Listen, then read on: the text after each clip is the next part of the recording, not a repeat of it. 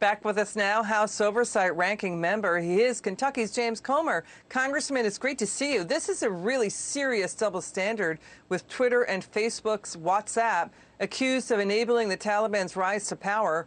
The Taliban is using these social media platforms to spread their terror propaganda, do a propaganda blitz, and also battle plans, even run the government. They're blocking conservatives here, though. What do you say to this story?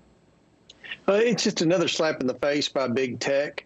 Their double standard is unbelievable. I mean, it's one thing to be partisan towards the Democrats if you're a liberal big tech company from California, but to allow the Taliban and other jihadists to use your platform, not only to plan on the battlefield, but to recruit fellow terrorists is unacceptable. And we talk about ways to hold big tech accountable, but Congress is going to have to lay down the law. You know, there's a lot of talk about repealing Section 230.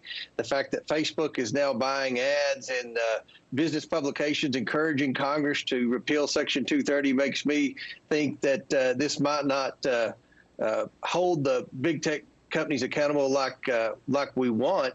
I think we're going to have to look at the FCC fining companies like Twitter who refuse to do anything about the terrorists who continue to use their platform. I mean, this was a big part of the Taliban communicating with people and allowing them to take over Kabul.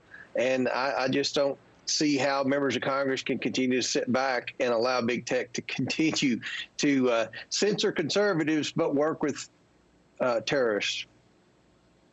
You know, Congressman, the Taliban is using Twitter and WhatsApp to actually establish control over Afghanistan. The Taliban spokesman has 287,000 followers.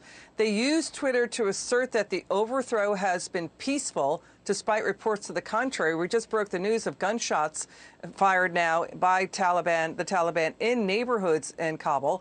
That the propaganda blitz at Kabul welcomed the Taliban. The situation is under control. They're using it to organize their troops, their battle plans. They use WhatsApp phone numbers to negotiate surrenders, announce new governing rules to the country on Twitter, official statements on Twitter, emergency broadcast system via WhatsApp.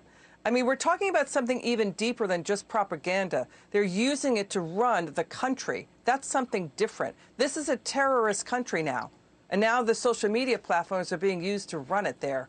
What do you do about that? I mean, it's almost like an act of war, what Twitter's doing. It's criminal.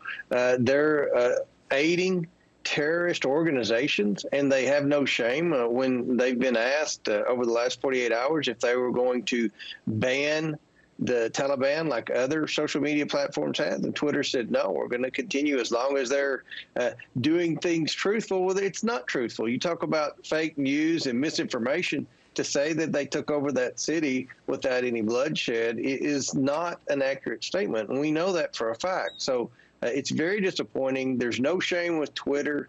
Of course, Facebook is playing both sides on this issue. Facebook says that they're not going to allow it, but they own WhatsApp. And WhatsApp was an important part of the Taliban strategy to take over Afghanistan and to recruit members. And as you said, to negotiate peace treaties with our adversaries. So it's another slap in the face by big tech. Not only do they censor conservatives and take people like President Trump and some of my Republican colleagues off Twitter or ban Twitter, they're allowing this to continue, and they admit it. Okay, Congressman James Comer, thanks for coming on. It's good to see you again. Come back soon.